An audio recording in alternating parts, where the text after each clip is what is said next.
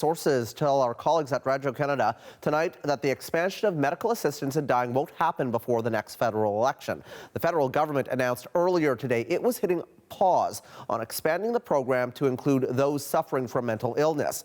That was after a special committee of legislators said Canada's health system just isn't ready for that yet. What we're saying is that in order for somebody in that intractable situation who's in a mental health nightmare, that, after trying absolutely everything, that eventually they should have that right. But the system needs to be ready, and we need to get it right. And it's clear from the conversations we have that the system is at this time not ready and therefore need more time.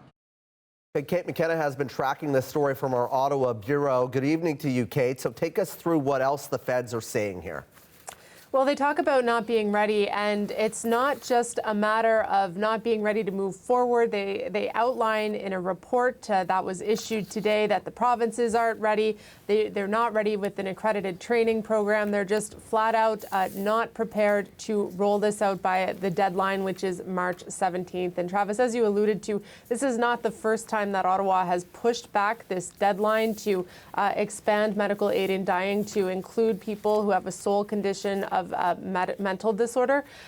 This is a bill this was a law that was passed in 2021. And at that time, there were questions, and those questions have continued. And so in response, they created this joint committee that has both MPs and senators on it to take a closer look at this issue. And they're clear in their report. It's not a look at medical aid in dying more generally in Canada, but just specifically how this would roll out.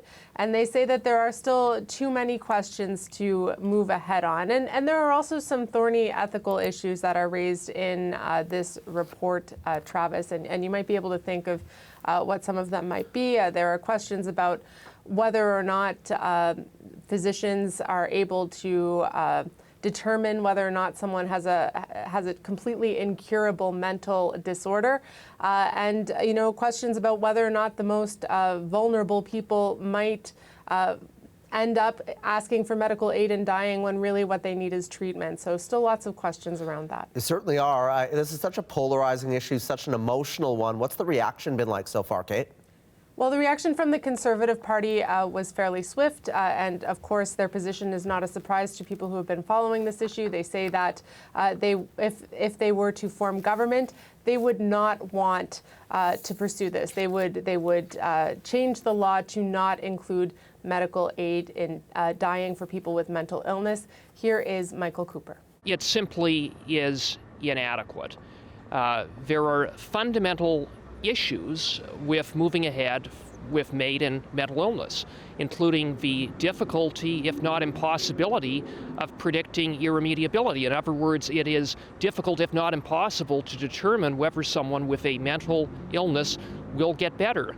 Now, on the flip side, the advocacy group Dying with Dignity Canada did issue a statement calling on the government to present a clear path of action moving forward, saying that people across the country have been waiting for this for some time. This will elongate their wait, and they deserve answers quickly. Now, it's worth mentioning that Mark Holland did say that there will be a path forward that is presented in the next couple of days, but he didn't say what that will be, just that they are committed to keeping this law and making this happen at some point, but that some of our questions are going to be answered in the legislation that's set to be tabled in the coming days. Okay. Travis? Our Kate McKenna on the major news tonight in our Ottawa bureau. Thanks, Kate. Appreciate it.